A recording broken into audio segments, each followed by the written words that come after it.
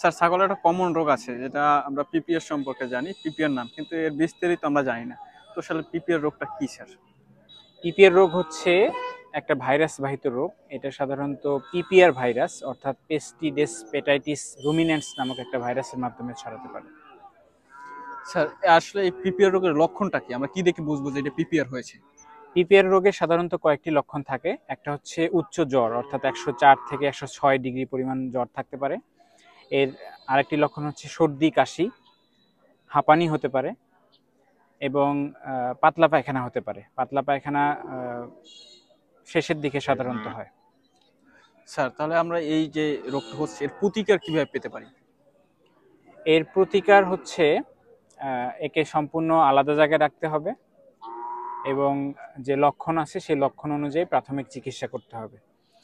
প্রতিরোধের উপায় যদি আমি বলি, এটা প্রতিরোধের উপায় হচ্ছে পিপিআর ভ্যাকসিন বাজারে কিনতে পাওয়া যায় বা আমাদের প্রাণী সম্পদ অধিদপ্তর থেকে প্রতি বছর দেওয়া হয় বিনামূল্যে। সেই সময়ে আপনার যে ছাগল আছে সবাইকে টিকা দিতে হবে। টিকা দেওয়ার একটা বিষয় খেয়াল রাখা লাগবে যে সুস্থ ছাগলকে টিকা দিতে হবে।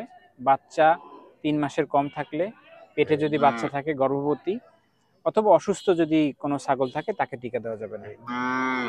স্যার, এই রোগটা হলে আমরা কখন একজন ডাক্তারের শরণাপন্ন হতে পারি?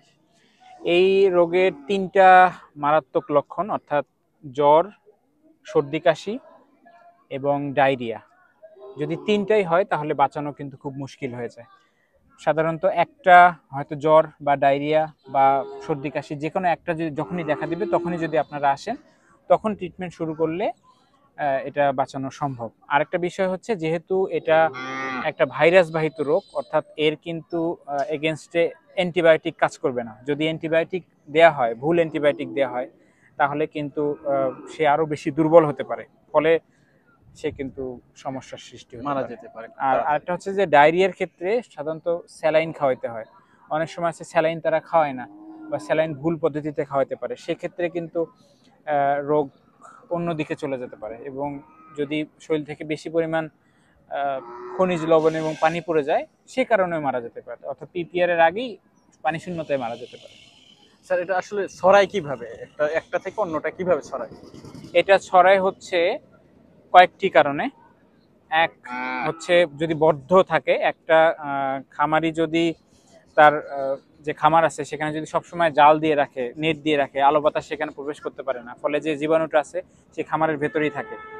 যদি একই পাত্রে খাবার খায়, আক্রান্ত পশু তার খাবার আরেকজন খাচ্ছে, তাহলে হইতে পারে। যদি পাতলা পায়খানা করতে থাকে, সেখানে যদি অন্য ছাগল শুয়ে বসে থাকে, তাহলে সেখান থেকে হতে পারে। অর্থাৎ একত্রে যদি রাখে তাহলে এই রোগটা ছড়াতে পারে।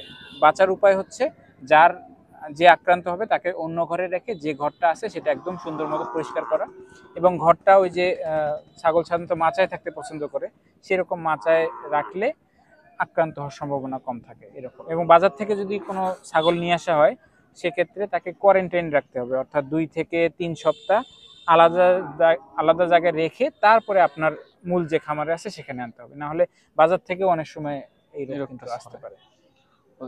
আর প্রধানত আমাদের সবসময় ভ্যাকসিনটা করে রাখতে হয়। ভ্যাকসিনটাকে আমরা মূল টার্গেটে রাখি আর কি। স্যার, এই রোগটা হলে ছাগলের মৃত্যু হার কেমন হয়?